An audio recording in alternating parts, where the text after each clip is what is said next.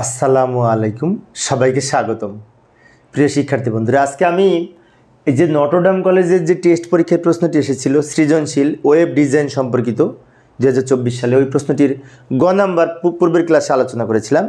আজকে ঘ নাম্বারের উত্তর দেওয়ার চেষ্টা করব। ঘ নাম্বারে বলেছে উদ্দীপকের HTML কোডের আউটপুট লিখো এবং ব্যাখ্যা করো। অর্থাৎ এখানে একটি HTML কোড দেওয়া আছে, ট্যাগের ব্যবহার দেওয়া আছে। তো এই ট্যাগের আউটপুট কী হবে? এই কোড লিখে এর আউটপুটটা কী পাবো, সে আউটপুট লিখতে হবে এবং এই আউটপুট এই ওয়েব ডিজাইনের সাথে আউটপুটের কিছু ত্রুটি বিচ্যুতি থাকবে, সেগুলো ব্যাখ্যা দিব। তা আমি ধাপে ধাপে আলোচনা করার চেষ্টা করি। তো আলোচনায় আছে আমি মোহাম্মদ সিরাজুল ইসলাম। তো চলো শুরু করা যাক। তো প্রথমে লিখব উদ্দীপকে HTML কোডের আউটপুট হবে নিম্নরূপ।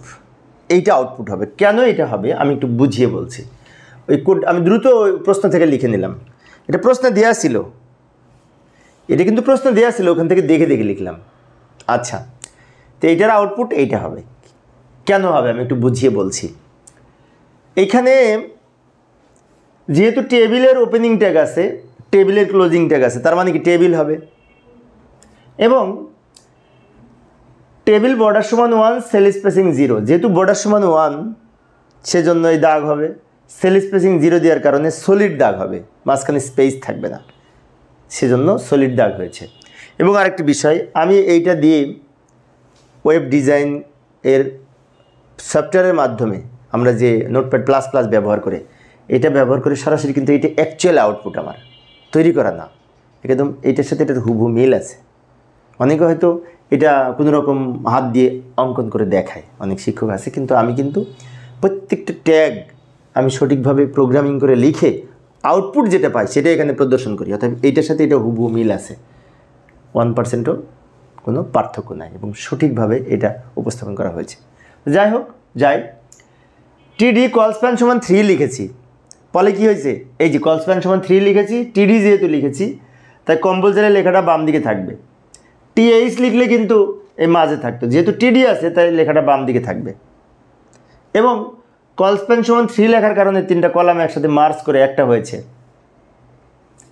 শেষে 2 টিডির মাঝখানে অপশনাল, এই অপশনাল আছে। আচ্ছা, এবার টিআর ওপেন টিআর ক্লোজ, মাঝখানে এইটা এইটা এইটা এবং এইটা। তো এইখানে একটি বিষয় আছে, যে হলুদ কালার দিয়ে রেখেছি। এখানে রস প্যান সমান 3, রস প্যান সমান 3, রস প্যান সমান 3 আছে না প্রত্যেকটাই? কিন্তু রস প্যান সমান 3 থাকলে তো 3টা রো একসাথে মার্জ করার কথা, বাট 3টা রো কিন্তু মার্জ করেনি, মার্জ করেছে 2টা রো, একটা রো 2টা রো। এইটারই ব্যাখ্যা আমাদের একটু দিতে হবে। আমাদের প্রশ্ন কিন্তু ছিল যে এইটার আউটপুট দেখাতে বলেছে, মানে কি এই আউটপুট, এটা হচ্ছে ঘ নম্বরের আংশিক উত্তর। এটা কিন্তু প্রশ্ন, তাহলে এইটা আংশিক উত্তর। আরও আংশিক উত্তর হবে আমরা এই ট্যাগের সাথে এই চিত্রের কিছু অসামঞ্জস্য রয়েছে। অসামঞ্জস্যতা কেন হয়েছে সেই কথাটা একটু নিচে লিখে দিই। তো তাহলে এই টেবিলের সাথে এই কোডের একটু অসামঞ্জস্য রয়েছে, সেইটুকু আমি ব্যাখ্যাটা দিব। আমাদের মূলত আমি আরেকবার বলে দিই, এখান থেকে উত্তরটা শুরু, এইটুকু উত্তর এবং এর পরের অংশ যেটুকু লিখবো সেটুকু উত্তর। এটা কিন্তু প্রশ্ন, বারবার বলছি। তো যাই, পরের অংশটুকু কীভাবে লিখবো। টিআর ওপেন, প্রশ্ন দেখে দেখে তুললাম, এটা প্রশ্নে দেওয়া ছিল, প্রশ্নে এগুলো দেওয়া আছে কিন্তু হুবহু, সেখানে থেকে নিয়ে আসলাম। প্রশ্নে আরও দেওয়া ছিল কি, টিআর ওপেন টিআর ক্লোজ, এই ড্রয়িংয়ের দুই পাশে টিডি, এইটুকু দেওয়া ছিল এই অংশের জন্য, নিচের অংশের জন্য। এখন প্রশ্ন হচ্ছে, আমি এখানে লিখলাম রস প্যান সমান 3, 3টা রো একসাথে মার্জ করতে বললাম, কিন্তু 2টা রো একসাথে মার্জ করেছে, 3টা রো করতে পারে নাই। আবার এই ইংলিশও 2টা রো একসাথে প্রত্যেকটা মার্জ করেছে। কারণটা কি? কারণ এখানে আছে 2টা রো, তো 3টা রো কীভাবে মার্জ করবে? সেই জন্য এই যে TD, TR open TR close, drawing দুই পাশে লিখব টিডি, ফলে এইটা তৈরি হয়েছে। তাহলে এখানে কয়টা রো? এইটার জন্য একটা রো আর 2টা রো একসাথে মার্জ করেছে। বাট আমি বলেছিলাম 3টা রো একসাথে মার্জ করেছে, রস প্যান সমান 3 মানে কি 3টা রো একসাথে মার্জ করতে, বাট 3টা রো মার্জ করতে পারবে না। কেন পারবে না? আছে তো 2টা রো, কেমনি 3টা রো মার্জ করবে? ওটা তো উপরে চলে গেছে, তাহলে নিচে 2টা রো আছে, তাই 3 লিখলেও 2টা রো একসাথে মার্জ করেছে। সেই কথাটা আমরা এখানে লিখে দেবো ব্যাখ্যাকারে। এই যে এখানে টিডি র স্প্যান সমান 3 লেখা হলেও আউটপুটে সেটি দেখাবে না। কারণ হচ্ছে দুটি রো আছে, একটা রো দুইটা রো।